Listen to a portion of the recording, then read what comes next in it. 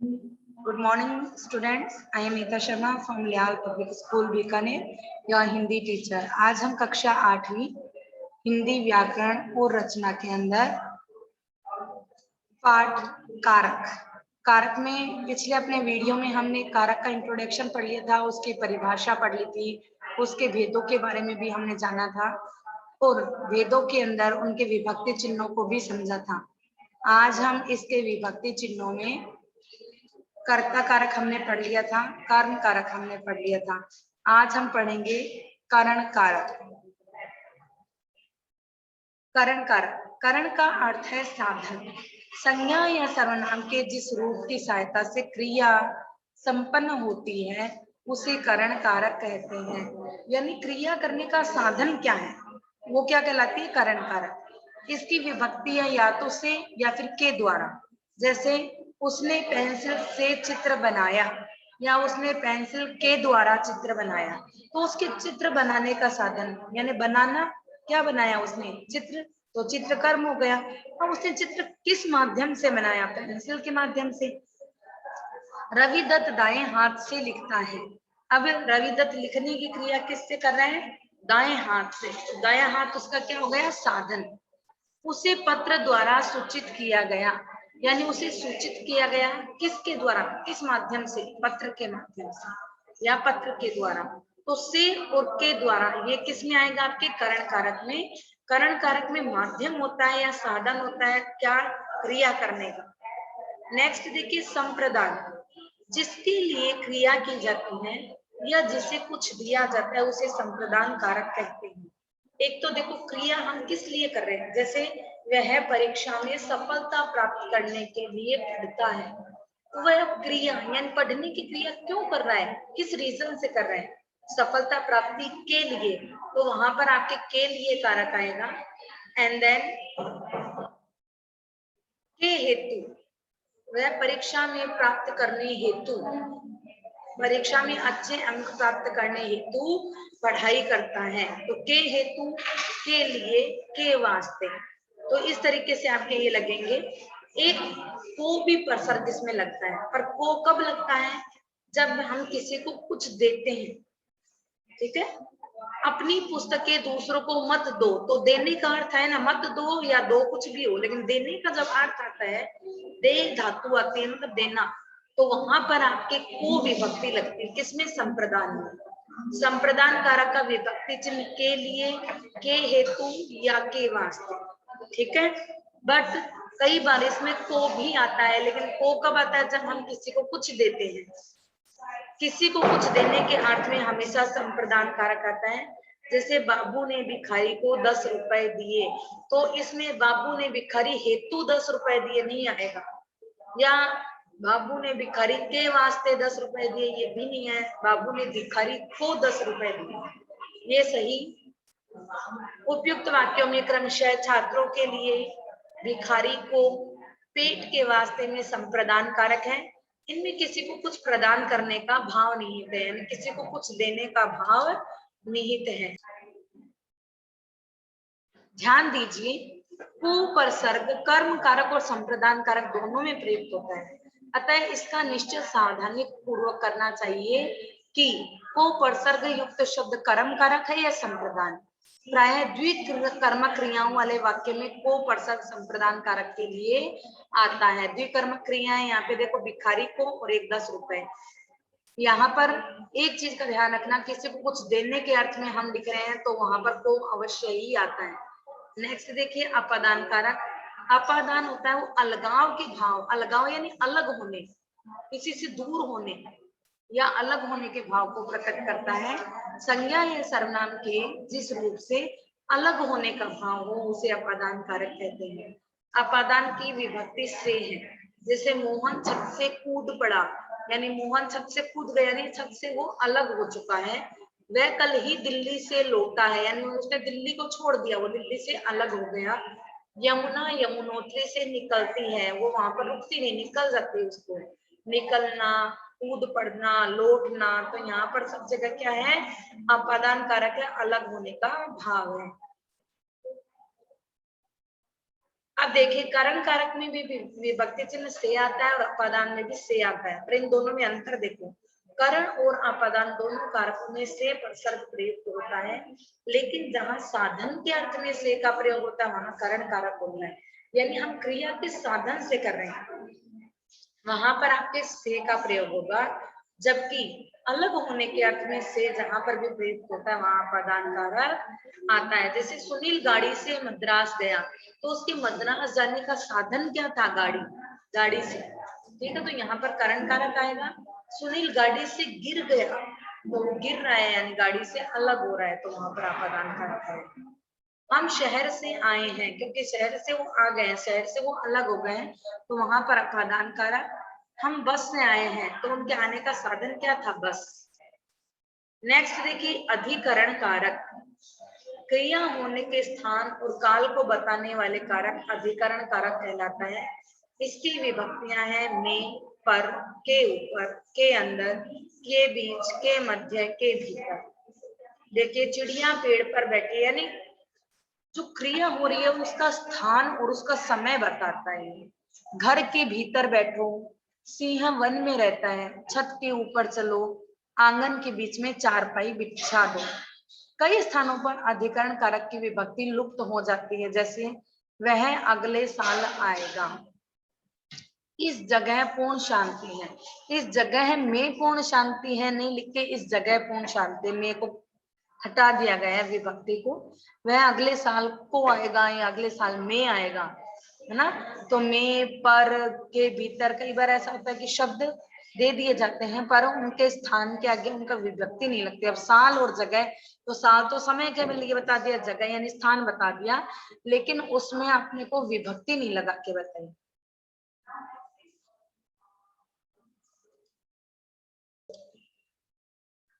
Next देखिए संबंधवाचक, एक संज्ञा या सर्वनाम का दूसरी संज्ञा या सर्वनाम से संबंध बताने वाले शब्द रूप को संबंध कारक कहते हैं। इसके परसर्ग है का, के, की, रा, रे, री।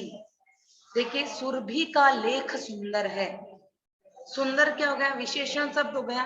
लेख, लेख क्या होता है? लेखन क्रिया यानी भाव हो गया वो, ठीक है, भाववाचक संज्ञा हो गई ना लेख, लेखन कार्य यानी लेख। और सुरभि, सुरभि का लेख, तो लेख भी संज्ञा हो गई और सुरभि भी संज्ञा हो गई। सुरभि व्यक्तिवाचक संज्ञा, लेख है भाववाचक संज्ञा, और दोनों का संबंध प्रकट किससे हो रहा है? का शब्द से। नेक्स्ट देखिए उसके वचनों पर ध्यान मत दीजिए। अब एक चीज मैंने आपको कल भी बताई थी कि जो संज्ञा शब्द होते हैं ना उनके सामने साथ में हमेशा परसर्ग अलग आते हैं, जैसे का, के, की अलग होके आते हैं, लेकिन जो सर्वनाम शब्द होते हैं ना उसके साथ में आ जाता है चिपक का, जैसे उस, फिर के अलग नहीं आएगा, उसके एक साथ ही आ जाएगा। तो उसके वचनों पर ध्यान मत दो, उसकी बातों पर ध्यान मत दो, वचनों पर ध्यान मत दो। तो ये क्या है?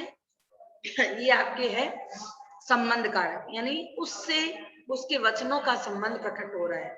ये मेरे मित्र हैं, ये मेरे मित्र हैं, ये शब्द किस में आएगा? आपके सर्वनाम शब्द में।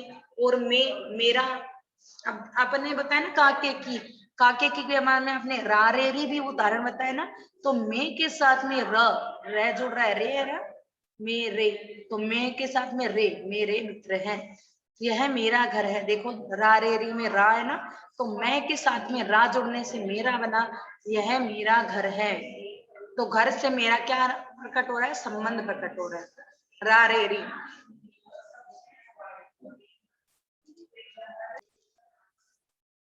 नेक्स्ट देखिए हमारा संबोधन कारक, संज्ञा के जिस रूप से हम किसी को पुकारते हैं, किसी को बुलाते हैं या फिर किसी को सावधान करते हैं, तो वहां पर हमारा आता है संबोधन कारक। जैसे हे भगवान मुझे दुखों से बचाइए, हम संबोधित कर रहे हैं भगवान को, उनको पुकार रहे हैं कि हे भगवान हमें दुखों से बचाइए। अब इसमें एक चीज मैंने आपको बताई थी कि कर्ता से लेकर जो अधिकरण और संबंध तक की विभक्तियां हैं वो हमेशा वाक्य में बीच में या पीछे की तरफ लगती है। सिर्फ संबोधन कारक की जो विभक्ति है वो स्टार्टिंग में लगती है वाक्य की। अरे भाई तुम अब तक कहाँ थे, तो ये भी हम किसी को संबोधित कर रहे हैं, तो यहाँ पर हमेशा क्या आएगा? एक्सक्लेमेटरी साइन आएगा। सर्वनाम शब्दों में संबोधन नहीं होता है।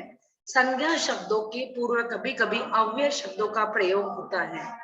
कई बार नाम पर ही जोड़ देकर संबोधन का काम किया जाता है। जैसे रामू जल्दी चले आओ, यानी एक तो अपन नॉर्मली इजी कर दे रामू जल्दी चले आओ, एक अपन बोल देते रामू जल्दी चले आओ, यानी वहां पर थोड़ा सा गैप आ जाता है। हम उसको पुकार रहे हैं तो रामू के साथ ही अरे हे अरे वो लगाने की जरूरत नहीं है, रामू के साथ ही अपन एक्सक्लेमेटरी साइन लगा देते हैं। कभी कभी संबोधन शब्द संज्ञा के साथ में आकर अकेले ही प्रयुक्त होते हैं। जैसे यहाँ पर कोई संज्ञा शब्द नहीं है, अरे इधर आओ। अब हम किसी को भी हाथ से इशारा करके भी बोल सकते हैं अरे इधर आ जाओ। अब हम किसको बोल रहे हैं, तो वो संज्ञा या सर्वनाम शब्द यहाँ पर नहीं आया है। चैप्टर हमारा कंप्लीट होता है। अब थोड़े से ये हम पढ़ लेते हैं ताकि हमें चैप्टर वापस से क्लियर हो जाए। क्रिया कराने वाले सहायक पद कारक कहलाते हैं। हिंदी में 6 कारक होते हैं, हालांकि इसमें 6 माना गया है पर हम 8 मानेंगे क्योंकि कुछ विद्वान संबंध और संबोधन कारक मानते हैं और हम पर्टिकुलर 8 ही कारक पढ़ते हुए आए, इसलिए हम इसको 8 ही कारक मानेंगे। कारक की विभक्तियों को परसर्ग भी कहते हैं। ये देखिए कारक की परिभाषा देते हुए इसके भेद बताने हैं। करण कारक और अपादान कारक, तो ये सारे बच्चे बता सकते हैं। करण कारक में क्या होता है, जिस साधन से हम क्रिया कर रहे होते हैं वहां पर करण कारक आता है और से विभक्ति चिन्ह लगता है। और अपादान कारक में भी से विभक्ति चिन्ह लगता है, लेकिन वहां पर हमें किसी वस्तु से अलग होने का भाव प्रकट होता है, वहां पर क्या होता है अपादान कारक। नेक्स्ट देखिए से का प्रयोग अपादान कारक के रूप में एक वाक्य में कीजिए। तो से का प्रयोग अपादान कारक के रूप में करते हैं। तो पेड़ से पत्ता गिरता है ना, बच्चा जेब से रुपए निकालता है, तो जेब से रुपए निकालना यानी जेब से अलग हो रहे रुपए। नेक्स्ट देखिए निम्नलिखित वाक्यों के खाली स्थानों को उपयुक्त प्रसर्गों से पूरा कीजिए। सुरेश ने कई सेब खाए, गंगा हिमालय से निकलती है, माँ बच्चों के लिए खिलौना लाई है, मीना ने भाई को पत्र लिखा। रंगीन शब्दों में प्रयुक्त कारक का नाम लिखिए। जो कलर्ड है उसमें आपको बताना है। पेड़ से पत्ते गिरते हैं अपादान कारक, क्योंकि पेड़ से पत्ते अलग हो रहे हैं तो वहां पर अपादान कारक आएगा। मेज पर पुस्तक रख दो, यानी यहाँ पर पुस्तक रखने का स्थान बताया हमें मेज पर, तो अधिकरण कारक। पेंसिल से ही उसने चित्र बनाया, तो उसने चित्र किससे बनाया पेंसिल से, तो करण कारक, यानी चित्र बनाने का साधन उसका क्या था पेंसिल। हाथ से गिलास छूट गया, यानी हाथ से गिलास छूट के नीचे गिर गया अलग हो गया, तो अपादान कारक। भिखारी को रोटी दो, संप्रदान कारक। किसी को कुछ देने के अर्थ में हमेशा आपके संप्रदान कारक ही आएगा। उसकी किताब फट गई, किताब से उसका क्या प्रकट हो रहा है संबंध, काके की, तो संबंध आ गया संबंध कारक। वह नदी में डूब गई, वह कहाँ डूब गई नदी में, स्थान बताया अधिकरण कारक। वह बल्ले से खेल रहा है, तो उसके खेलने की जो क्रिया हो रही है उसमें साधन क्या है बल्ला, तो वहां पर आपके करण कारक आएगा। लोटा छत से गिर गया, तो ये गिरने की जो क्रिया है वो वहां से लोटा छत से अलग हो रहा है, इसलिए अपादान। उसने चाकू से फल काटे, तो यहाँ पर फल काटने का साधन क्या है चाकू, तो करण कारक आएगा। पानी का जहाज डूब गया, जहाज डूब गया कैसा पानी का, तो संबंध प्रकट हो रहा है। पेड़ पर मत चढ़ो, यहाँ पर भी आपके स्थान बताया कि पेड़ पर, तो यहाँ भी आपके अधिकरण कारक आएगा। रेखांकित के सही कारक पर आपको टिक लगाना है। गंगा हिमालय से निकलती है, हिमालय में क्या आएगा आपके अपादान कारक। लक्ष्मी बाई की सहेली का नाम सुंदरी है, तो लक्ष्मी बाई का अपनी सहेली के साथ क्या प्रकट हो रहा है संबंध, काके की है ना। नेक्स्ट देखिए वृक्ष पर चिड़िया बैठी हैं, तो पर में कौन सा होगा अधिकरण। विरजानंद दयानंद के गुरु थे, तो के में क्या आएगा आपके संबंध। खेल मार्च में होंगे, तो समय बता दिया यहाँ पर अधिकरण। पत्ती वृक्ष से झड़ते हैं, पत्ते वृक्ष से क्या हो रहे हैं अलग हो रहे हैं, इसलिए अपादान कारक। राम पुस्तक पढ़ता है, राम क्या पढ़ता है पुस्तक, यानी कर्म कारक। ये यहाँ पर हमारे देख लो मैंने आपको बताया था ना कई बार क्या होता है पुस्तक को पढ़ता है नहीं आके, मतलब विभक्ति कई बार नहीं भी आती है, लेकिन हमें ये ध्यान रखना है कि राम पुस्तक पढ़ता है, तो पुस्तक के नीचे अपने को अंडरलाइन करके दे रखी है, इट मीन्स राम क्या पढ़ता है, राम पुस्तक पढ़ता है, कर्म कारक हो गया। अगर यही पुस्तक के नीचे न लगाकर हमें राम के नीचे ये लाइन लगा देता तो वहां हम क्या लगा देते, कर्ता कारक। वह घर में नहीं है, घर में यानी स्थान बताया तो अधिकरण कारक। वह बच्चों के लिए छाता लाया, बच्चों के लिए तो संप्रदान के लिए। रिक्त स्थानों की पूर्ति उपयुक्त कारक चिन्हों से कीजिए। आपको एक वाक्य दे रखा है और कारक का नाम भी दे रखा है, तो आपको नीचे से कारक का चिन्ह जानते हुए उसको वाक्य को पूरा कंप्लीट करना है, पूरा करना है। भिखारी के लिए भोजन दो, यहाँ पर अपने संप्रदान कारक का यूज करना है, क्योंकि यहाँ पर एक चीज का ध्यान रखना है, अगर यहाँ पर को आता तो अपन भिखारी को भोजन दे, वो ही भरना होता, पर यहाँ पर उसने को नहीं दे रखा, इसलिए अपने को मजबूरन के लिए करना पड़ रहा है, क्योंकि संप्रदान का विभक्ति चिन्ह के लिए भी आता है, लेकिन होना एग्जैक्ट आंसर इसका को चाहिए, भिखारी को भोजन दो। लेकिन हम यहाँ पर किसी को उसको देने के लिए क्या कर रहे हैं, प्रोत्साहित कर रहे हैं कि आप दो, उसको के लिए देना है, भिखारी को भोजन दो नहीं, भिखारी के लिए भोजन दे दो। वो खुद नहीं दे रहा है भिखारी को भोजन, भिखारी के लिए भोजन दे दो। या तो देखो हम किसी को मांगते हैं कि भिखारी को भोजन दो, नॉर्मल उसको बोलते हैं भिखारी को भोजन दे दो। एक हम कह रहे हैं कि भिखारी के लिए भोजन दो, यानी आप हमें दे दो हम दे देंगे भिखारी, तो भिखारी के लिए भोजन दीजिए। तो यहाँ पर संप्रदान कारक में वाक्य को हमें समझते हुए फिल करना है, तो भिखारी के लिए भोजन को आता तो हम पहले इसमें प्राथमिकता को देते हैं।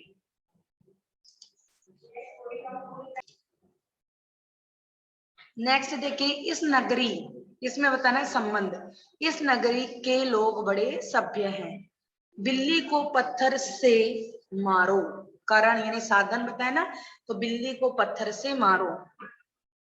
वह घर पर है, संबोधन कारक मेरी बात सुनो, तो इसमें संबोधित करना है, सज्जनों मेरी बात सुनो।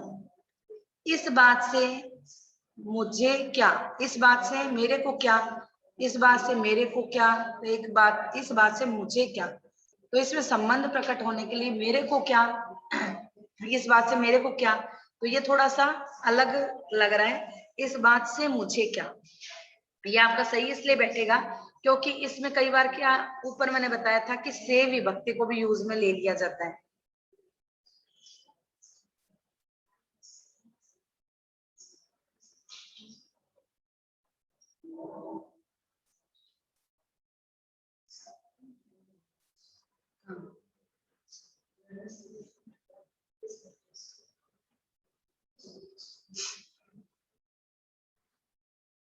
इस बात से मेरे को क्या, तो मेरे में रे आ रहा है और को भी आ रहा है, तो ये इसका ये भी ज्यादा बेटर यूज लग रहा है, क्योंकि इसमें दोनों ही यूज में आ रहे हैं, तो अब इसको भी टिक लगा सकते हो, क्योंकि दो दो आ रहे हैं इसमें विभक्ति चिन्ह, एक तो रे भी आ रहा है, एक को भी।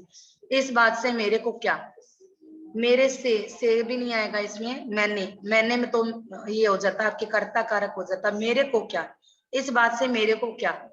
लेकिन वो है कि हम ग्रामेटिकल अगर वो देखें ना कारक के हिसाब से, तो इसमें मेरे को आना चाहिए, पर हम ऐसे वाक्य शुद्धि के हिसाब से देखो तो इस बात से मुझे क्या, तो मुझे ज्यादा पर्टिकुलर लग रहा है सर्वनाम के अकॉर्डिंग, इस बात से मुझे क्या।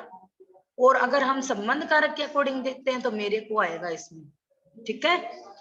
तो ये चैप्टर तो हमारा यहीं पर समाप्त होता है। आपको इसके नोट्स की पीडीएफ भेजी जाएगी ग्रुप में, आप उसको वहां से कंप्लीट कर लीजिएगा वर्क को, और अपनी हिंदी अध्यापिका को उनके व्हाट्सएप नंबर पे टाइम से सेंड कीजिएगा। धन्यवाद।